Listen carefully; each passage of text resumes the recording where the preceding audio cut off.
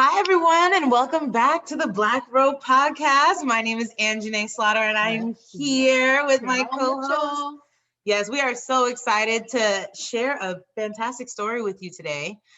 We have a special guest before we really dive in. Do we have any housekeeping items we need to? Well, I just want to mention the fact that we are excited about a possible partnership that we're going to be talking about in a little while, maybe in a week or two.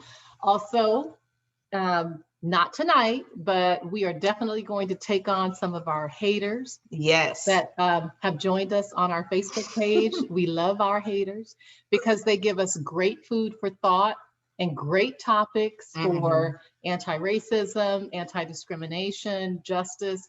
And so we're going to be pulling from the headlines of our haters on the next segment of the Black Robe. Yeah, the haters just are our motivators, right? They just tell us to keep on going. So I'm excited for that conversation. And my favorite one is the fact that you look like you got some white in you. Right. Like, don't they know the history? Come on. That's my favorite one. So stay tuned for that upcoming episode on, how to properly handle haterade. That's right. Haters. Yes. With a little haterade. We'll be drinking haterade and I'll be drinking black tea that day. There we go. Awesome. And then again, November 3rd is coming just right around the corner. Right. Tuesday. If you vote, because I'm gonna hunt you down if you did not vote. I will personally find you. Personally. No, she's serious. She is not playing. I know I got connections down at the county city building. Yeah, no, we cannot miss out on this election, guys. Your voice does matter. Please go out and vote.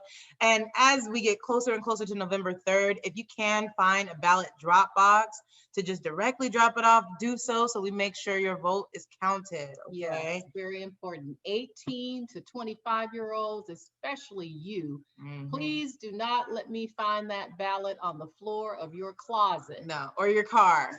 Okay, you know who you are too. You know who it is that I'm talking about. Yes. All right. Well, we got to get that housekeeping items out there. I'm so excited to bring on our special guest, though, for our Crystal Stair stories. This is our second guest on a Crystal Stair. You are first. We got a lot of traffic on that tea. But we got some more tea today from your very own Thrett Brown. No, that's kind of like sweet tea. Oh, sweet tea. Sweet black tea. Oh, well, you got the whole, thing going up in here. Yes. He sure does. He sure does. Well, he is making strides in the Pierce and King County areas when it comes to our youth engagement. Okay, he's arming them with educational tools to start their own businesses, to navigate within local government and politics. And we're just so excited to hear his story and the barriers that he's faced really when trying to position young people in leadership roles in Pierce and King County. So without further ado, let's just bring on our special guest here. The founder of Young Businessmen and Women, Thrett Brown. All right. There you are, Thrett. What you see? Got the yeah, you got it going on. I had to shape him up real quick. Don't you shave that beard, Thrett. I won't. It's beard season right now. It's getting cold out there. Oh, the truth of the matter. Yes. You just keep it real. Thank you for being here today. Thank you for having me. Thank you so much, Thrett. So with everything that you're doing in the community for our young people, I first, as a young adult myself, want to just thank you, and hear a little bit about how you even got connected in the community here in Pierce County, and why you're so passionate about youth in the first place. Appreciate the question. And again, I appreciate y'all allowing me to be in your space because it is an opportunity to be a part of something that is growing and will be, I believe, one of the most prominent things in the Pierce County area, state of Washington. And I was like, we're going to get big in just the county. It's big, right? So I'm glad to be a participant in the first startup. So again, thank you guys for having me here. And so one of the things that really got me engaged with this work is that, one, I come from the background of a single parent mother, trying to raise a son and figure it out. And as I got older, I started to realize that as a grown man, I realized that my mother couldn't figure it out, because I see the differences in my way of living, my pursuing of what I'm trying to find in life. And she didn't possess what I needed in visual. So I sought that out elsewhere. And I realized a lot of our young people are doing the same thing to this day. So how do we create an environment for them to feel that they can relate to certain people? So the Most High God allowed me to go through this experience in order to be able to furtherly guide and educate young people from that destructive path, or that design has been created systematically. We know that, and this is not something that I feel just happening. This is something that was created. And now that I'm aware of the creative system, I have to allow myself to be available to these young people that are trying to find a way out. And so I got into the operations of programming and community organization, because I was already doing the work, right? Just organically and naturally. I've done the work because I always wanted to be a vessel to be able to guide and help young people segue out. But the programming piece, I started in 2012, to where I went and got me a license from the Secretary of State. Wasn't necessarily certified as a 501c3, but I was a nonprofit corporation through the Secretary of State in the state of Washington.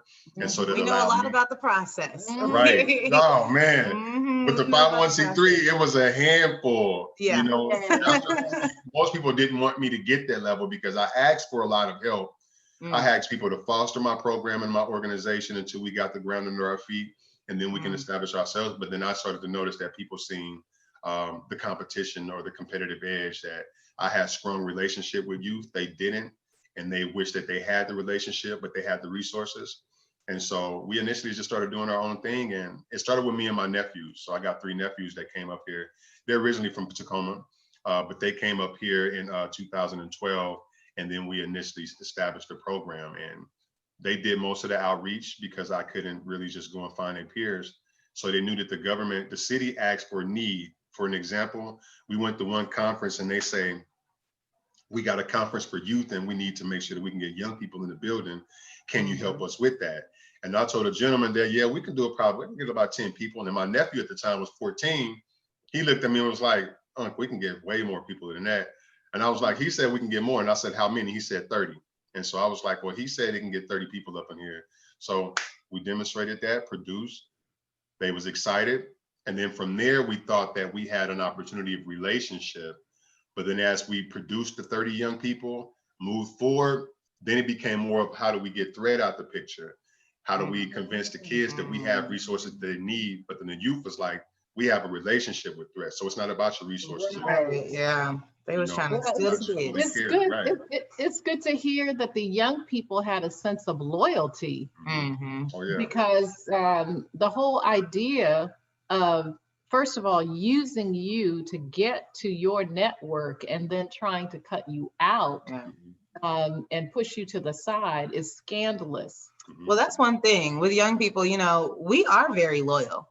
If we see that there's a mentor, just in my own personal experience, a mentor that's really has my back and that's pulling the strings to, see me grow and evolve, I'm going to be loyal to that person, and that's one thing that oftentimes when we hear, okay, well, where are the young people at? Why, it's not because the young people don't want to show up, right? It's because they're with people they trust. Exactly. Hello. And they're very attentive. They see, and they started to point out things to me, because one of the things that I thought I lost my young people with was, when I got initially into the business, I said, look, we're not here for handouts. We're not here to ask people to do for us. We're here to produce. We're here to show that we can do what's needed of us as a contribution to the community that we was once destroying. We want to show you that we are value and we have the principles and the morals to be there first as good stewardess of the community, in hopes that people would see that work and say, heck yeah, we want to incubate you. Heck yeah, we want to take you in and we want to help structure you guys. And so I used to give my youth promises, because I would sit down with the adults and have the conversations of, well, Thrett, if you do this, then yeah, we would do that for you. So I take that information and I go back to my 2-bedroom apartment on 916 South 13th Street on the hilltop. The whole address. Look, 916 I had South over, 13th Street. look, I had over Like, 9 you know kids what? living in that Wait, 2-bedroom Thrett, That's the apartment. headquarters. That was the headquarters. Listen, it reminded me of that old show 227. Yes. 916. It's like a whole sitcom. Uh-huh. Literally, you know, and I used to go back to the kids and I would tell them that here's an opportunity, because I gravitated to the word because I didn't know how corrupt systems was and I didn't understand the politics because I never played politics. So I would go and say, look, here's people that I was talking to, pretty prominent people in the community now.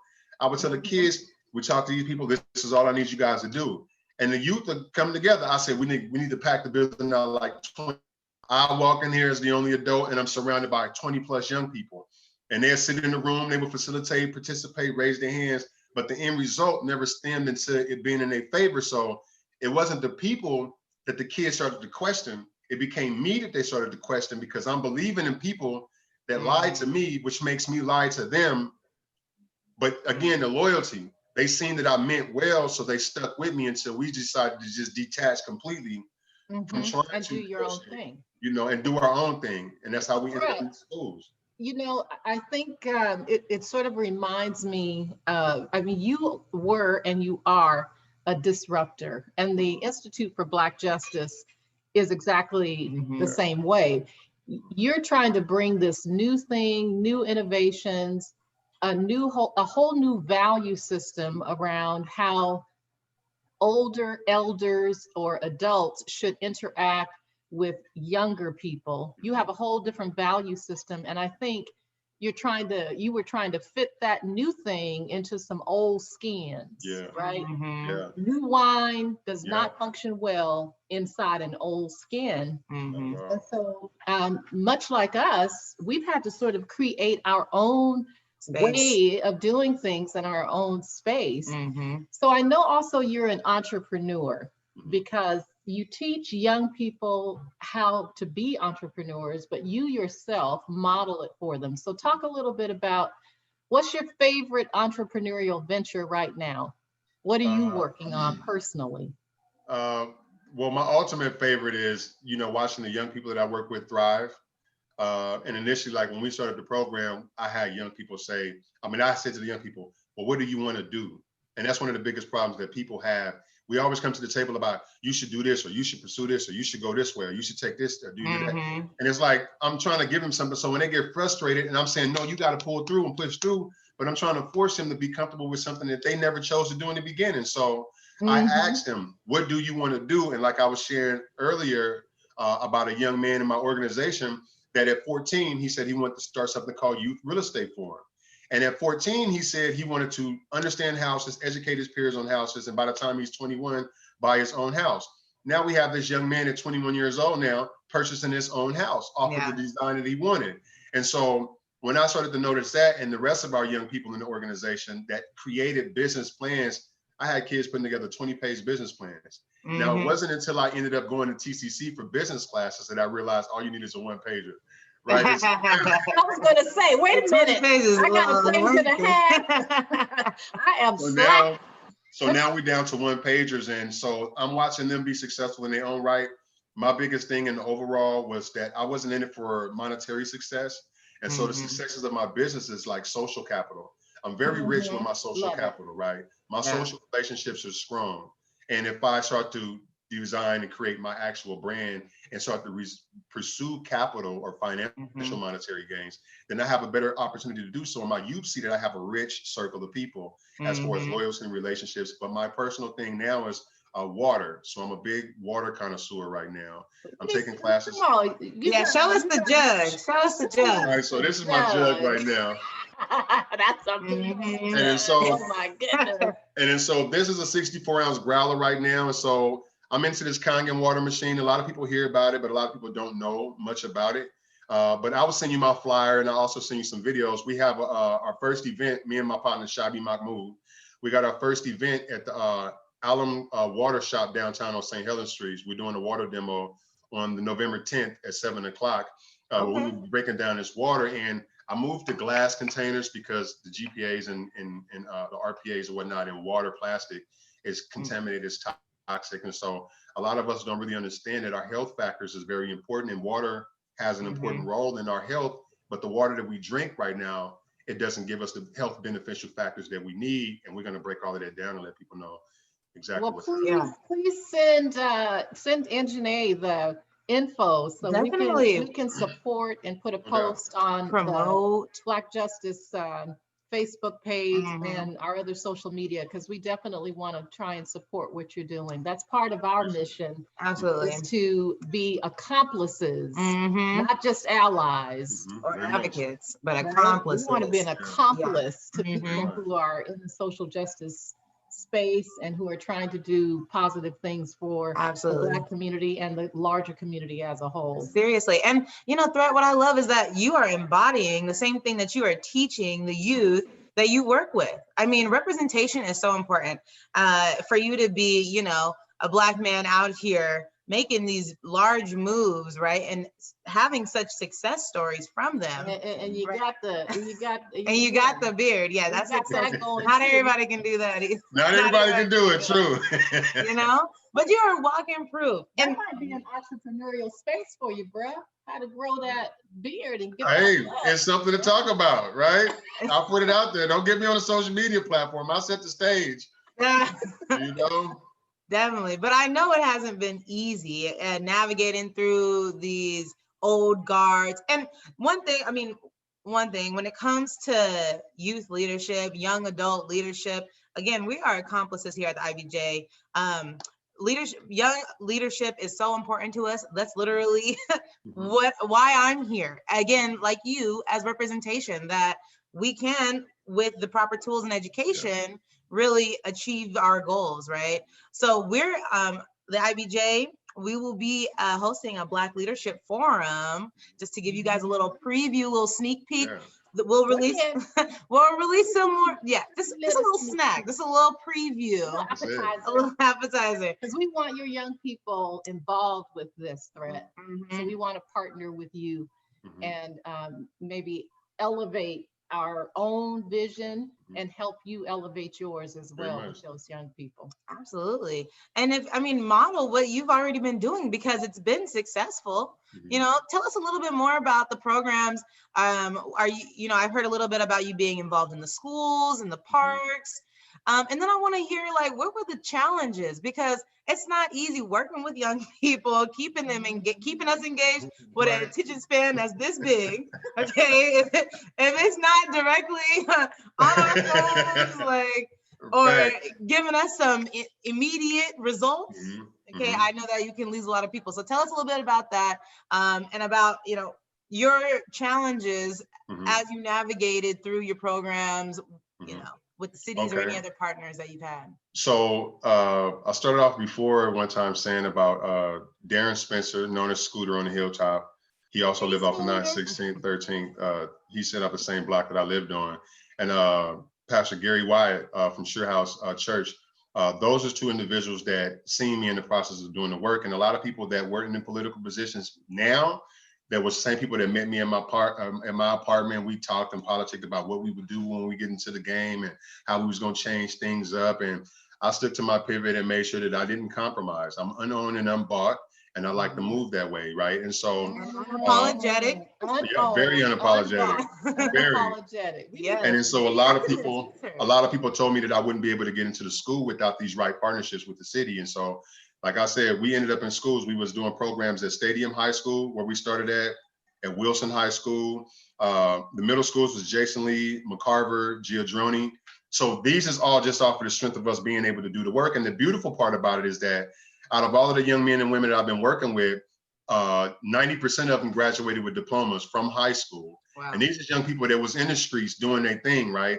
I'm GED from Column Bay, right? So I got a GED at Column Bay, and my youth partners have their diplomas to certify themselves as learning from my mistakes and becoming more. And so when we was doing the career days at the schools, they were the ones that was housing the space at the high schools to speak to their peers. When we had Wilson and Stadium, I would go to check in with the principals, but they would be in the classrooms running the programs. And so that became an issue when people seen us moving in that way. And I asked Gary Wyatt one day, Why don't I get invited to these tables with these peoples? And then Gary Wyatt had shared to me at one point in time, because I sat down when he didn't know me. He was like, so you Thrett Brown? And I was like, yeah. He was like, you the one that would be in the community with these young people. And I was like, yeah. And he told the other person that was at the table, which is a powerful person in the community now, he said, we need to not be afraid of our losing position to allow positions for people like Thrett that are doing the actual work and building the actual relationships. Mm-hmm. We got to allow this to take place, and if we want to do the work thoroughly. And so when I was inspired to sit at the table, and I shared with y'all before, there was a conversations about, I learned about poverty pimping. As long as there's right. Explain what poverty pimping is. Pimping ain't easy. We know pimping ain't easy. It ain't. So as long as there's a problem with our kids, there will always be a source of revenue. As long as our kids are in violence and they marginalized, there will always be an opportunity. Right. Gang prevention. And so people would say, like before I got out of prison, I was told, Thrett, if you want to get out and make some good money, you should start a nonprofit organization working with at-risk youth. And I didn't understand, well, how do you make money off of that? But when I got out, I started to see, at risk. I started to see, oh, dang, people would say I'm working with these kids, and they will file for a $150,000 grant, and they will get it, won't build the relationship, because restoring the relationship won't allow you fundings for next year. So the problem has to be present. When I seen that, I educated my youth that if we go to a community event, they're seeking funding, so they need you guys to come up in the space to make your presence felt. When we leave, these people are going to be speaking to their donors and their funders. Great turnout today, and y'all still go back to your square ones, and these people build off of that. And so they asked me, Thrett, what would you do with $1.3 million? And I'll say, I would create a stipend incentive for young people, just like you just said earlier. If we educate them, we teach them budgeting, we educate them on financial literacy, we help them learn how to invest, and we ask them at the table, you're the reason why we had a $1.3 million conversation. Yeah. So now what would you want to do with this opportunity to finance and invest into yourselves and your community? Then our kids will go a long way. And my sharing of that conversation is one thing that Gary Wyatt told me. He said, you made people look embarrassed because you didn't want anything for the work that you was doing. You wanted to make sure that the youth had the opportunity and exclude yourself from it. And they sitting at the table profiting from it, but not making the impact.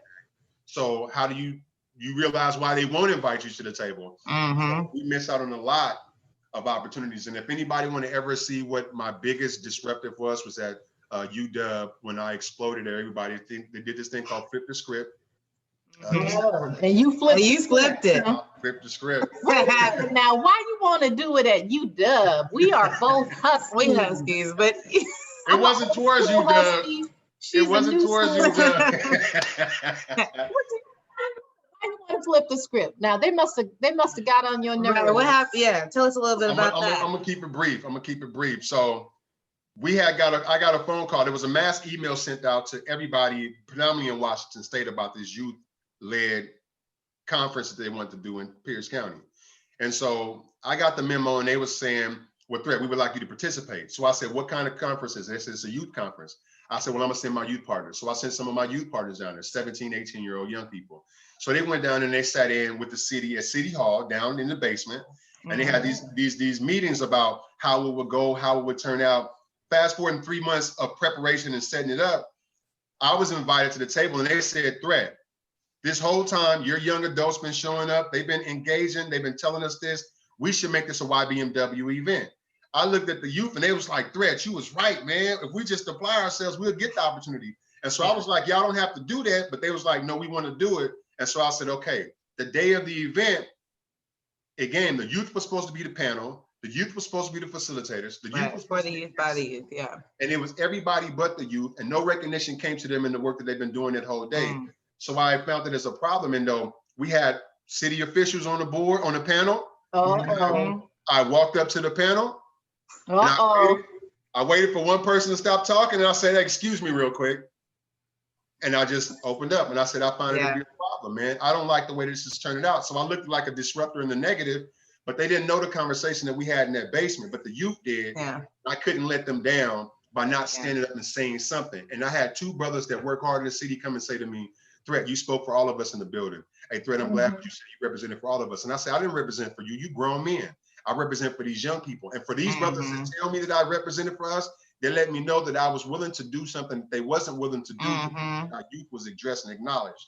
And from that point on, they want to blackball me from everything, you know, and so I stopped being invited. We don't have to, wait. Can we just recap back a little bit? And then because before we just covered a lot of yes, we'll definitely get into being blackballed, but list.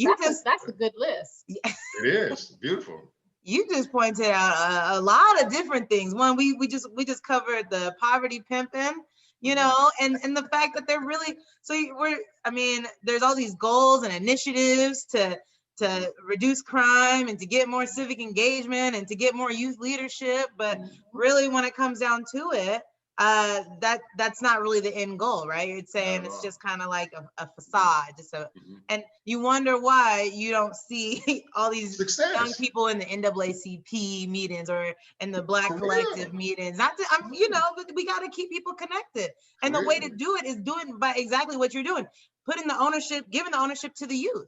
I love how you call them partners. As you're talking, I can just hear the language that you're using, and you're looking at us as equals.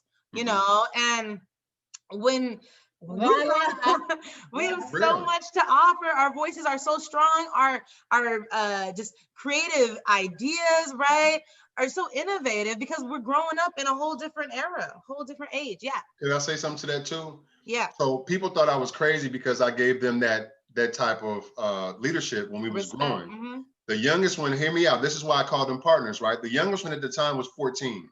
The other one was 16, talking about youth event coordinator. The other one was a dance production studio. The other one was videography and wanted to do things of that nature. Now, these was all young adults that was doing this work. The reason why they was partners at an early age is because that 21-year-old now is in real estate. So that's somebody I can literally build relationships with, talking about actual grown people real estate. The relationship was ideal. And so it makes sense to this day. And for our sake is, I'm willing to, people say, well, we need a livable wage. And I'm saying to myself all the time, well, if I want a livable wage, I'm going to get a job or a career that can give me a livable wage. But when we're looking at youth, I can't afford to pull in $4 million because of their problems and create me a livable wage. And that's what a lot of people are doing. Whether the kids show up or not, adults are seeing it as a cash cow and an opportunity to make sure that they're okay, because I'm realizing that 80% of most of the funding that comes in for these nonprofits, administration and staff. Now. I'm talking about engaging in power. Right, it's church now. We're about to get the tambourine because I'm about to get the blessed oil. It's real, right?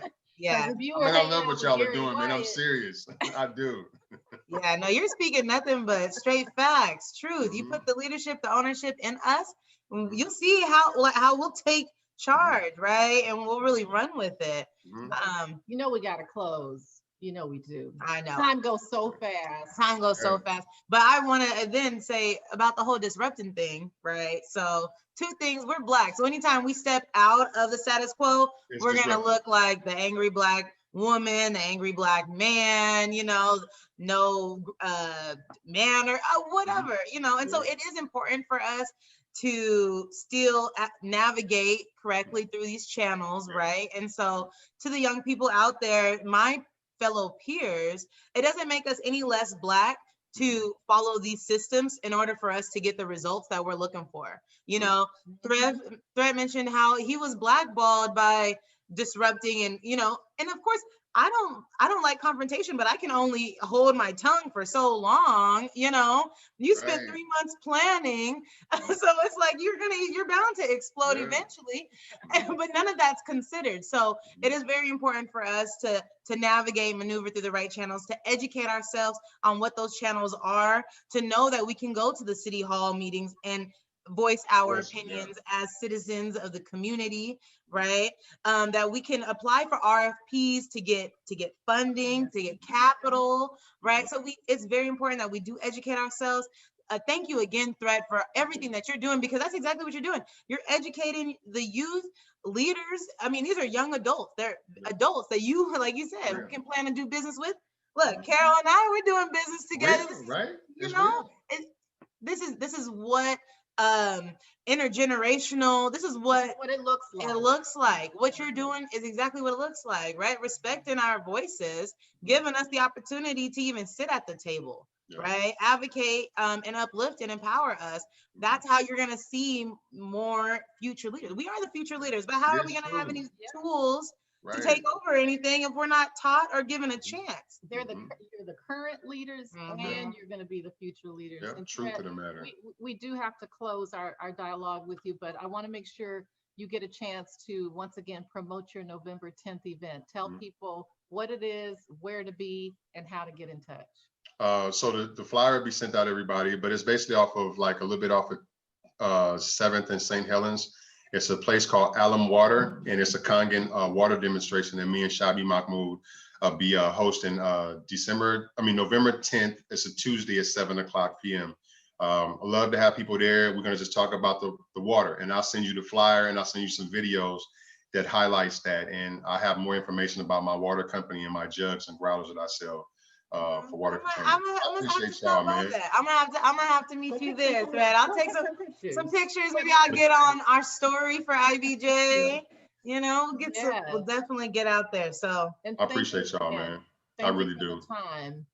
Again, we are accomplices. I want to make sure people understand the difference between being an ally and an accomplice. When you're an accomplice, you in the room, you planning the attack together, right? Yeah. So, we are your accomplice. We're not going to wait for you to get everything all planned and then come along and try to take credit for what you did. We're going to help you get where you want to be as an accomplice. So thank you very much again, Thrett. Good to have you. Thank you so much. All right. Well, that was great. And he got and he got that going too. You know, but seriously, man, you got excited. I got, because this touches close to home. No. Being a young Black professional is hard. It's so hard to be taken seriously. I mean, there's this thing of ageism, right? You know, and in order, they can discriminate against you if you're under 40. You have to be 40, and then there's a law that protects you from discrimination. And you gotta wait till you old. That's why it's always nice to have an attorney friend, right? Especially employment. Now, I know a thing or two about employment, but young and beautiful, you gonna get discriminated against, girl. I know. My life ain't no crystal stair. It's got some nails in it and some splinters. It sure does, but I'm gonna keep climbing, okay? And I encourage everyone else out there to keep climbing. You have a friend in social justice, the IBJ. We are relentlessly here fighting for equity for all, but with Black people as our #1 priority, because we strongly believe that as we help our Black community, we'll indirectly help everyone else as well. So be sure to vote. Be sure to vote. Keep grinding, okay? Keep planting those seeds, because harvest time will come. And we'll see you guys next Thursday. That's Anzhane Slaughter, by the way. And that's Carol Mitchell. Bye, guys.